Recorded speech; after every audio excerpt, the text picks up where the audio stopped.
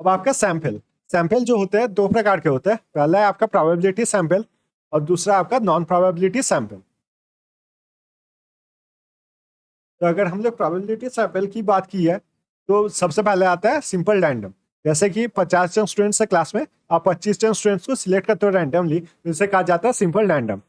फिर आते हैं स्ट्रेटिफाइड रैंडम। स्ट्रेटिफाइड रैंडम मान लीजिए एक क्लास में आपके 50 स्टूडेंट्स हैं, 50 जो स्टूडेंट्स हैं उसमें से आपके 25 गर्ल्स हैं और 25 आपके बॉयज हैं।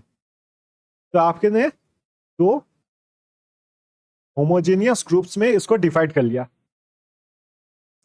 होमोजेनियस ग्रुप्स में इसको डिवाइड कर लिया। अभी इन 25-25 बच्चों में से आप 10-10 स्टूडेंट्स को सिलेक्ट करते हो, 10 गर्ल्स और 10 बॉयज। तो आपके पास टोटल कितने हो गए? 20 स्टूडेंट्स एज योर सैंपल। इसे कहा जाता है स्ट्रेटिफाइड रैंडम सैंपल। फिर आते हैं क्लस्टर सैंपल पे। क्लस्टर सैंपल की अगर बात की जाए तो इसमें क्या हो गया, 50 स्टूडेंट्स है, 50 स्टूडेंट्स है। इन 50 स्टूडेंट्स को आप मान लीजिए 25 स्टूडेंट्स के ग्रुप्स में डिवाइड कर दो कि 25 जो स्टूडेंट्स है एक ग्रुप में और 25 जो स्टूडेंट्स है वो दूसरे ग्रुप में है। तो ये जो 25 स्टूडेंट्स है इसमें बॉयज प्लस गर्ल्स दोनों है और इसमें भी बॉयज प्लस गर्ल्स दोनों है। तो इन 25 स्टूडेंट्स में से आप 10 और 10 स्टूडेंट्स को सिलेक्ट करते हो, तो टोटल आपके पास 30 स्टूडेंट्स है। ये 25 स्टूडेंट्स क्या हो गए? ये हो गए आपके हेट्रोजीनियस ग्रुप्स, हेट्रोजीनियस। तो ये हो गए आपके क्लस्टर सैंपल। फिर आते हैं हम लोग non probability sample. Non probability sample पहला है आपका कॉन्फिडेंस सैंपल। कॉन्फिडेंस सैंपल क्या है? कॉन्फिडेंस के हिसाब से हम लोग जब काम करते हैं, मान लीजिए 50 स्टूडेंट्स का क्लास है, इनमें से 10 जो बच्चे हैं वो आपके घर के सामने रहते हैं, तो इसलिए आपने उन 10 स्टूडेंट्स का सैंपल लिया है। इसे क्या कहा जाएगा? कॉन्फिडेंस। फिर आएगा पर्पसिव सैंपल। पर्पसिव सैंपल होता है जब हम लोग किसी पर्पस से काम करते हैं। मान लीजिए यहाँ पर आपको पर्पस दिया गया है कि आपको ये प्रूव करना है कि स्कूल बहुत अच्छा है, स्कूल के रिजल्ट्स काफी अच्छे हैं। तो आप क्या करोगे, ये जो 50 स्टूडेंट्स है इसमें से आप उन्हीं बच्चों को सैंपल करोगे जो टॉपर्स है। तो 10 स्टूडेंट्स आप कैसे सिलेक्ट करोगे? जो कि आपके टॉपर्स है। तो इससे क्या होगा, आपका जो रिजल्ट है वो अच्छा आएगा।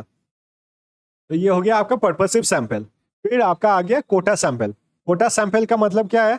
आप जब एक कोटा या फिर क्राइटेरिया ऐड कर देते हो, जैसे पहले वाले केस में मैंने क्राइटेरिया या फिर कोटा क्या ऐड किया था कि जो मेरे घर के सामने रहेगा। सेकंड वाले पे मैंने कोटा क्या ऐड किया था कि जो टॉपर स्टूडेंट्स होंगे उन्हीं को मैं सिलेक्ट करूंगा। तो ये हो गया आपका कोटा सैंपलिंग। फिर आता है आपका एक्सीडेंटल सैंपलिंग। एक्सीडेंटल सैंपलिंग का मतलब होता है जो आपके रिसर्च में फाइंड आउट करना है उसे फाइंड आउट ना करके आप दूसरा कुछ फाइंड आउट करते हो। जैसे आप सबने पुष्पा देखा ही होगा, तो मैंने थोड़ी देर पहले ही हम लोग ने डिस्कस किया था कि रेड सैंडलवुड माफिया से अगर आप पूछोगे कि फॉरेस्ट काटने से कुछ खराब हो रहा है कि नहीं, तो वो ऑब्वियसली क्या बोलेगा कि नहीं नहीं कुछ खराब नहीं हो रहा। तो ये हो गया आपका एक्सीडेंटल सैंपलिंग। जब आप इनकरेक्ट पर्सन जो है सैंपल जो है उनसे आप क्वेश्चन पूछते हो। फिर आ गया आपका स्नोबॉल सैंपलिंग। स्नोबॉल सैंपलिंग का मतलब क्या हो गया कि 1 पर्सन 1 सैंपल gives या फिर लीड्स टू अदर।